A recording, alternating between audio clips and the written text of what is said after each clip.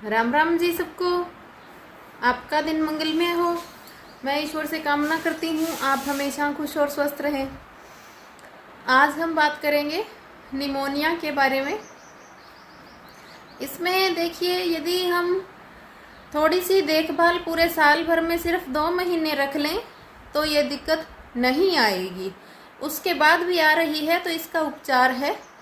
और दूसरा, निमोनिया ज़्यादा होने के कारण हल्के से फेफड़ों में कमज़ोरी होती है, तो आप सांस जो लेते हैं वो लंबे और गहरे लें। फेफड़ों की जो एक्सरसाइज है, मजबूती है, आपको थोड़ा हाँफने से मिलेगी। चाहे तो आप हल्का तेज़ घूम के नाक से सांस लें, चाहे आप बैठे बैठे ही गहरे लंबे सांस लें। धीरे धीरे से प्रैक्टिस स्टार्ट करें।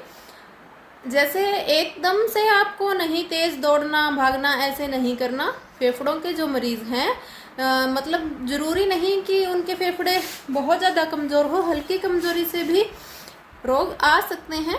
तो आप सांस गहरे लंबे लें, क्योंकि जो गहरे लंबे सांस है आपको नुकसान कहीं भी नहीं देंगे और फायदे आपको 100% मिलेंगे। पहला काम तो ये। दूसरा, आजकल निमोनिया बच्चों को भी बहुत ज़्यादा देखने को मिलता है। होता क्या है, जब बच्चों में निमोनिया बनता है तो इसमें एक तो हल्की सी लापरवाही होती है। हल्का सा बच्चा हमें ऊपर से दिखता है कि ठीक है, लेकिन अंदर से कफ ठीक नहीं हुआ होता और हम सर्दी का ध्यान नहीं रखते। बोलते हैं इतना ज़्यादा इसको मत ऐसे करो, कपड़े में ज़्यादा मत उठाओ, आप पसीना मत लगने दो इसको, इतनी भी ठंड नहीं है। कहीं ना कहीं बहुत ज़्यादा कपड़े हम पहले उसको लिपेट लें और फिर अचानक से पसीने के बाद ठंडी हवा लगे तो बच्चा बहुत नवजात शिशु नाजुक होता है, उसको हो जाता है। पहली तो सभी से निवेदन है, आप आयुर्वेदिक वैक्सीनेशन यदि जन्म से स्टार्ट करते हैं तो कोई भी तकलीफ का सामना नहीं करना पड़ेगा। ये प्रैक्टिकल किया हुआ है, गारंटेड है, 100% रिजल्ट है। लेकिन उसके बाद भी यदि समस्या आ रही है तो बच्चों में तो बहुत जल्दी ठीक हो जाता है। घबराएं नहीं। एक तो क्या है, कुछ जो रोग हैं जैसे कोरोना के बाद ज़्यादा एग्रेसिव हो गए हैं लोग, तो भागते हैं। कभी किसी डॉक्टर के पास 1-2 टाइम दवाई दी नहीं, फिर दूसरे डॉक्टर के पास, नहीं इससे तो आराम नहीं है। और एलोपैथिक में तो आप वो स्टीम वगैरह देते हैं और दवाइयाँ भी बहुत ज़्यादा देते हैं, फिर बोलते हैं आराम नहीं है, या हल्का सा आराम हुआ तो दवाइयाँ बंद कर दी। ये सब चीज़ें ना करें।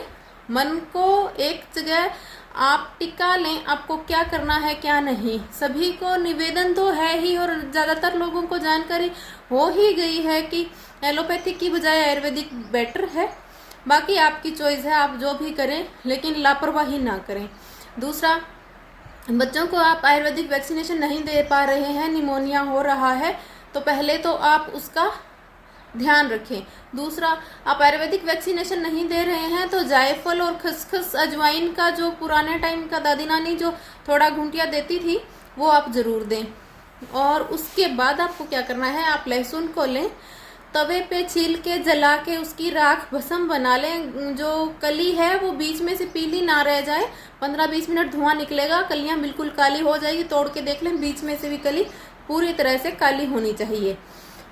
उस राख को यदि बच्चा बहुत ज़्यादा छोटा है तो कूट पीस कर कपड़ छान कर लें।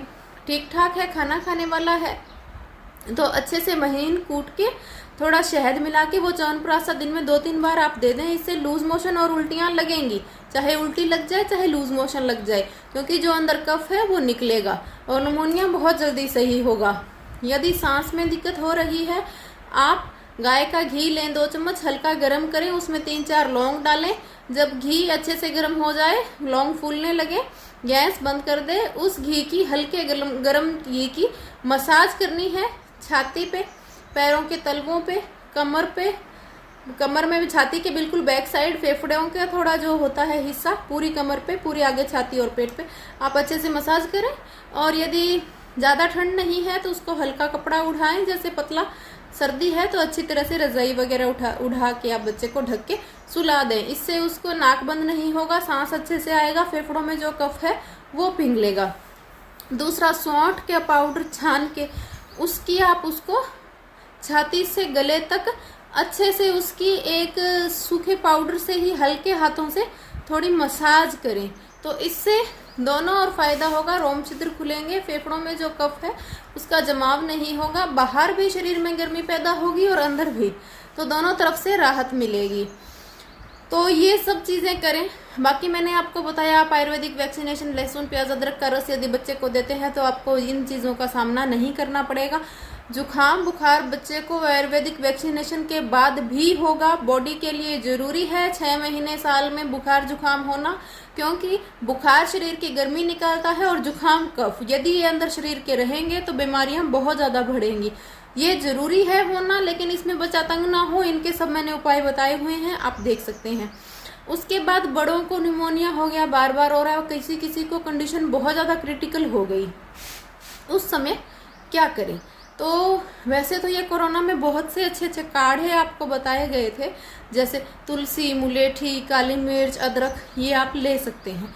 लेकिन इनसे यदि गर्मी ज़्यादा हो रही है, सांस लेने में दिक्कत है, तो आप एक काढ़ा और बना सकते हैं। तो एक काढ़ा और है जो बड़ों के लिए है, बच्चों के लिए नहीं है। बच्चों के लिए दवाइयाँ आपको बता दी। बड़ों के लिए आप क्या करें, 5 चीज़ें लानी है पंसारी से, आप नाम नोट कर ले। सौंठ, पीपल, पीपलामोल, चव्य, चित्रक, 5 चीज़ें आप ले आए। थोड़ा उसका माप आप एक डोज पहले 5-5 ग्राम की अलग करवा लें, जिससे आपको एक अंदाज़ा हो जाए, क्योंकि इसकी डोज 5-5 ग्राम की लेनी है। 5 चीज़ 5-5 ग्राम 25 ग्राम एक बार में लेनी है। तो इसको कूट पीस के आप 500 ग्राम पानी में उबाल लें। जब वो पानी 100 ग्राम बचे, गुनगुना रहे हल्का, उसमें शहद या चिट्टा मिश्री मिला के छान के मरीज को पिला दें। दिन में 3 बार पिला सकते हैं, नहीं तो 2 बार तो जरूर से ही पिलाएं। 3 ही दिन खुराक देनी है, आराम पहले दिन से ही मिलेगा। दस्त लगेंगे तो दस्त में आप उनको एक आध जो आधा ग्राम जायफल है उसका आप उनको दस्त लगने इसमें लाजमी है, क्योंकि निमोनिया है, कफ बाहर निकलेगा, तो आप उसमें आधा ग्राम जायफल और थोड़ा सा इसमें काला नमक, ये दोनों चीज़ों का पाउडर लेके सौंफ के अर्क के साथ दे दें। तो ये आपका जो चीज़ों को सम करेगा और उतना दस्त नहीं रहेगा। ये सब चीज़ें हैं, तो इससे आपको बहुत आराम मिलेगा। करके देखें। यदि कोई ये नहीं कर रहा है कि मुझे ये समझ नहीं आया, या बॉडी पहले से पित्त बहुत ज़्यादा बढ़ा हुआ है, नहीं कर रहे हैं, तो आप भी लहसुन बड़े जो हैं, जो लहसुन जला के तवे पे वो राख शहद के अंदर लेनी है, वो किसी को गर्म नहीं करेगी। इसमें जो हम शहद ले रहे हैं, क्योंकि जो राख है लहसुन की कली जब हम बना के काली करके जब उसको कूटेंगे, पाउडर बनाएंगे, उतनी देर में वो ठंडी हो जाती है। फिर उसमें जो शहद मिलाएंगे वो हमें गर्म नहीं करना, कच्चा ही शहद मिलाना है। तो ये ब्लड प्रेशर के मरीज को भी खराब नहीं करेगा, ये दोनों चीजें भी, क्योंकि ठंडी हो चुकी होती है कली, और तासीर भी गर्म नहीं है। तो बड़े भी इसको ले सकते हैं, बड़े डोज ज्यादा ले लें। जैसे बिल्कुल नवजात शिशु है तो उसको आप चुटकी 2 चुटकी राख, उसमें आधा चम्मच से कम 1/4 चम्मच शहद में च्यवनप्राश सा बने उतना शहद मिला के चटा दें। थोड़ा और बड़ा बच्चा है 1/4 चम्मच दे दें, और बड़ा है आधा चम्मच दे दें। बड़े हैं पूरा 1 बड़ी चम्मच 5 ग्राम तक ये राख, 2 चम्मच शहद मिला के 5-10 मिनट का टाइम लगा के इसको चाट लें। 1 घंटे तक पानी वगैरह कुछ ना पिए, तो उनको भी बहुत जल्दी आराम मिलेगा। आप नॉर्मल जुखाम में जब कफ अंदर जम जाता है तब भी ले सकते हैं इसको, तो ये बहुत ही अच्छा है, आजमाया हुआ है, ये 100% रिजल्ट है इसका। तो आप इन दोनों में से कोई भी अपना सकते हैं। और साथ ही साथ लहसुन प्याज अदरक का रस तो आप लेते ही रहें, वो बहुत अच्छा है। एक तो आपकी जो पेट में भूख नहीं लगती रोग की वजह से, हमारी रोग प्रतिरोधक क्षमता कम हो जाती है, वो आपकी बनेगी, बहुत अच्छी बनेगी। एक आप जब भी वीक फील करें बीमारी के अंदर, शहद का पानी आप पी सकते हैं। हाई ब्लड प्रेशर के मरीज नॉर्मल टेम्परेचर पानी में पिए, और जो थोड़े ब्लड प्रेशर के मरीज नहीं है, हल्का गुनगुना पानी ले सकते हैं। तो आप पिए ये पानी, ये एनर्जेटिक महसूस कराएगा और आपकी जो रोग प्रतिरोधक क्षमता है इसको बढ़ाता है, रोगों से लड़ने की शक्ति को बढ़ाता है। और ये लहसुन प्याज अदरक का रस है, भूख को बढ़ाता है। तो हम खाएंगे, भूख अच्छी लगेगी तो एनर्जेटिक बॉडी होगी, तो हम गंदे जीवाणु हैं जो रोग के, उनसे जल्दी लड़ पाएंगे और जल्दी स्वस्थ हो पाएंगे। तो ये सब चीज़ें हैं, अपना ध्यान रखें। डोज मैंने बताई है, ध्यान से लें, बच्चों को भी ध्यान से दें।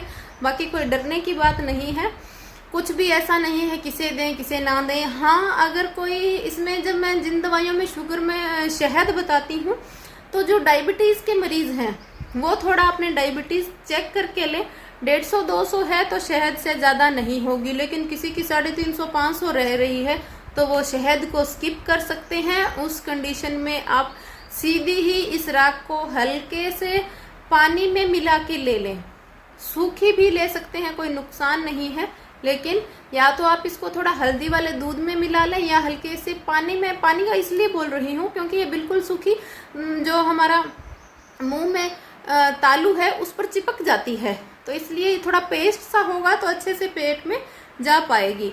लेकिन 150-200 शुगर कोई ज़्यादा नहीं है। यदि कोई दबा हुआ मरीज है तो उसे शहद ना दें आप, बाकी ले सकते हैं, कोई नुकसान नहीं है। शहद से उतनी शुगर नहीं बढ़ती जितना हमें डराया जाता है, नॉर्मल है। दवाइयों में आप थोड़ा बहुत ले सकते हैं। बाकी अपना ध्यान रखें, बॉडी के अकॉर्डिंग चीज़ें यूज़ करें, ज़्यादा से ज़्यादा शेयर करें, सब्सक्राइब करें, साथ बने रहें। धन्यवाद।